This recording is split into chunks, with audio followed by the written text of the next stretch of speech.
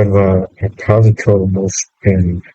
uniform careful motion with like this or as period t equal 4 seconds. The magnitude of displacement and the distance traveled in 1 second are respected ก็คือให้ผู้น้องมาชอบว่าในเครื่องนี้และในมาตรฐานโอเคพอประมาณสังเกตได้สิแหละอันนี้เป็นคู่โอเคแล้วเราแบ่งออกเป็น4ส่วนพอสังเกตนะมันใช้เวลาเราเปลี่ยนไปเป็น4วิมันก็ว่าไปนี้กับ4วิไปนี้กับ4วิไปนี้กับ4วิไปนี้กับ4วิได้ไปกับอันนั้น1วิได้แล้วมันมาครบได้อันนั้นก็แม่นใช้หมด4วิหมายความว่า1วิมันก็ไปแต่ส่วนนี้เข้าใจป่ะหรือถ้าเราไม่เข้าใจแล้วให้พวกเราลองใช้สูตรนะเราต้องการระยะทางและพวกเรามีสูตร h เท่ากับเดลต้าคูณให้กับ r ตัวนี้เราหมายเป็น r น้อยนะจะเป็น r น้อยเดลต้านี่ก็โอเมก้าที่ละr ไว้โอเมก้าตรงนี้เขาเพิ่มเวลาเขาเปลี่ยนแล้วก็2 p ส่วน t แล้วส่วน t แล้วคูณ t คูณ r ฉะนั้นเราสามารถใช้ h เท่ากับประมาณ2 p r c แล้วt เท่านึงแค่ไป t จะไม่เกิน1แล้ว r แสดงว่ามันได้เป็น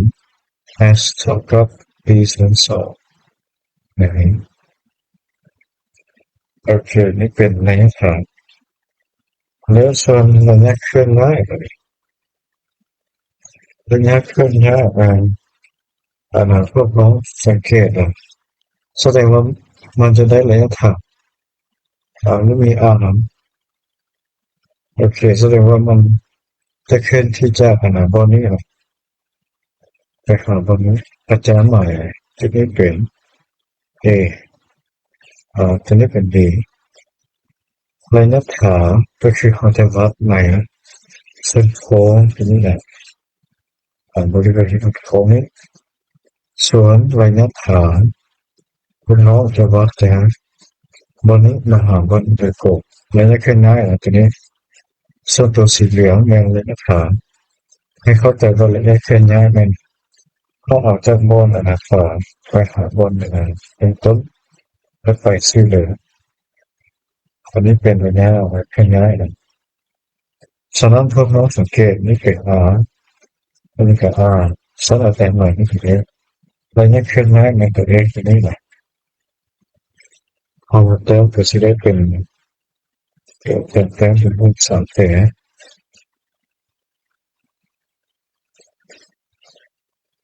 อันนี้จะเป็น R อันนี้เป็น R อันนี้เป็น F แสดงว่าพวกเราที่ก่อนเราจะได้เป็นพลัง2 R พลัง2บวก R พลัง2แสดงว่า F ของเราตัวนี้จะได้เป็นR พลัง2โอเคซึ่งเราได้เป็น F เท่ากับ R พลัง2จากที่เป็นคำตอบฉะนั้นเราต้องเรียนระยะเคลื่อนย้ายก่อนเป็นข้อ1ก็คือตัวนี้อย่างไรในห้องสังเกต distance บริษัทกับตัวนี้แล้วพวกน้องก็เลือกคำตอบข้อ4ตัวนี้นะวิธีการแก้